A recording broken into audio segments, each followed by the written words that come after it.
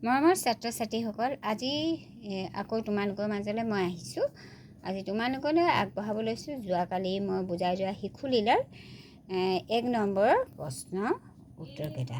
ঠিক আছে, আশা কৰোঁ সকলোৱে বুজিবলৈ চেষ্টা কৰিবা। এতিয়া দিছে অতি চমু প্ৰশ্ন উত্তৰ লিখা। অতি চমু প্ৰশ্ন উত্তৰ লিখা। 1 নম্বৰ ক নম্বৰ কৃষ্ণগীত গায়ন্ত সুন্দৰী। কৃষ্ণগীত গায়ন্ত মানে গোৱা সুন্দৰী। এইটো বাক্যটো ইয়াত দি দিছে। এইটো কৃষ্ণগীত গোৱা সুন্দৰীগৰাকী কোন? আমাক মেইন কুৱেশ্যন কৰিছে, কোনে কৃষ্ণগীত গাইছিলে? আমি পাই আহিছিলোঁ কোনে গাখীৰ মঠি থাকোঁতে যশোদাই কৈ আছিলে। যশোদাই অৰ্থাৎ কৃষ্ণৰ মাক হৈছে কৃষ্ণগীত গোৱা সুন্দৰীগৰাকী। বা লিখিব পৰা কৃষ্ণগীত গোৱা সুন্দৰীগৰাকী হৈছে যশোদা। অথস্থ তালে দন্ত্যতা। বুজি পাইছা? খ নম্বৰ দিছে কৰ্ণত কুণ্ডল দোলে আতি। কৰ্ণত মানে কাণত, কুণ্ডল দোলে আতি। দোলে মানে লৰে, আতি খুব হিলে।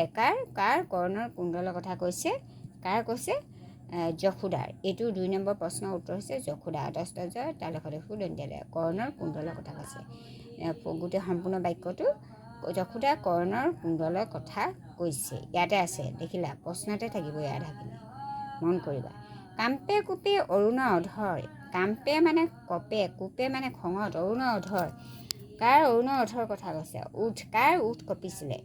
কৃষ্ণ অৰুণ অধৰৰ কথা কৈছে। কৃষ্ণৰ কঁপিছিলে, হয় নাই? যেতিয়া মাকে আধা গাখীৰ খোৱাকৈ এৰি গৈছিলে, আধা গাখীৰ খোৱা এৰি থৈ গৈছিলে, তেতিয়া কৃষ্ণৰ খঙত উঠ কঁপিছিলে। যেনেকৈ সাধাৰণ শিশুবিলাকৰ উঠ খঙত কি কৰে কি নাই, সৰু সৰু ল'ৰা ছোৱালীবিলাকে দেখা নহয়, মাকে যদি আধাতে শুৱাই থৈ পেলাই আধাকে উঠি যায় বা গাখীৰ খুৱাই আধাতে এৰি থৈ যায়, খঙত কি কৰে? খুব চিঞৰ বাখৰ কৰে। ঠিক সেইদৰে কৃষ্ণৰো মানে খঙত উঠ কঁপি গৈছিলে।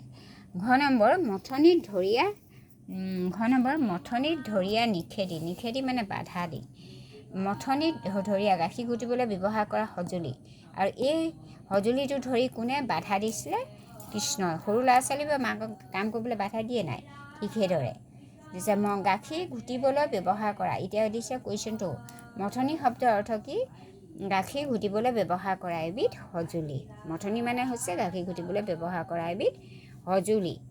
কালিও মই বুজাইছিলোঁ, এতিয়া বুজাইছোঁ। সঁজুলিৰ ওপৰতো চন্দ্ৰবিন্দু, ঘুটিবলৈ ওপৰতো চন্দ্ৰবিন্দু আছে।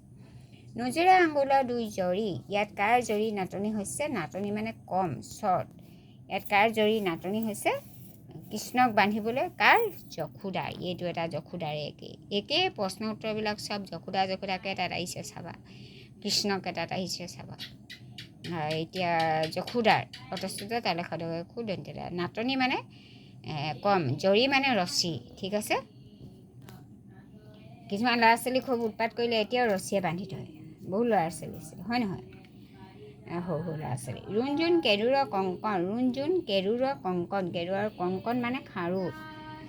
শব্দ কৰিছিলে এনেকৈ খিটিক বাজে নাই? খাৰু ঢেৰ পিন্ধি থাকিলে তেনেকৈ। কাৰ কেৰুৰ কংকণৰ ৰুণজুণ শব্দৰ কথা ইয়াত কোৱা হৈছে? কাৰ কোৱা হৈছিলে? যশোদাৰ। কাৰ? যশোদা। অথস্থ তালে দন্ত্যতা।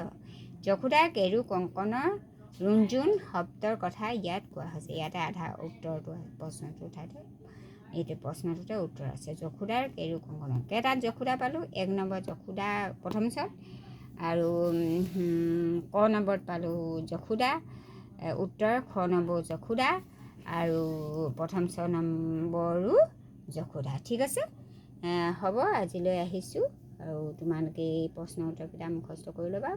ফাৰ্ষ্ট ইউনিট টেষ্ট দিয়াৰ পৰা কমন পৰিব।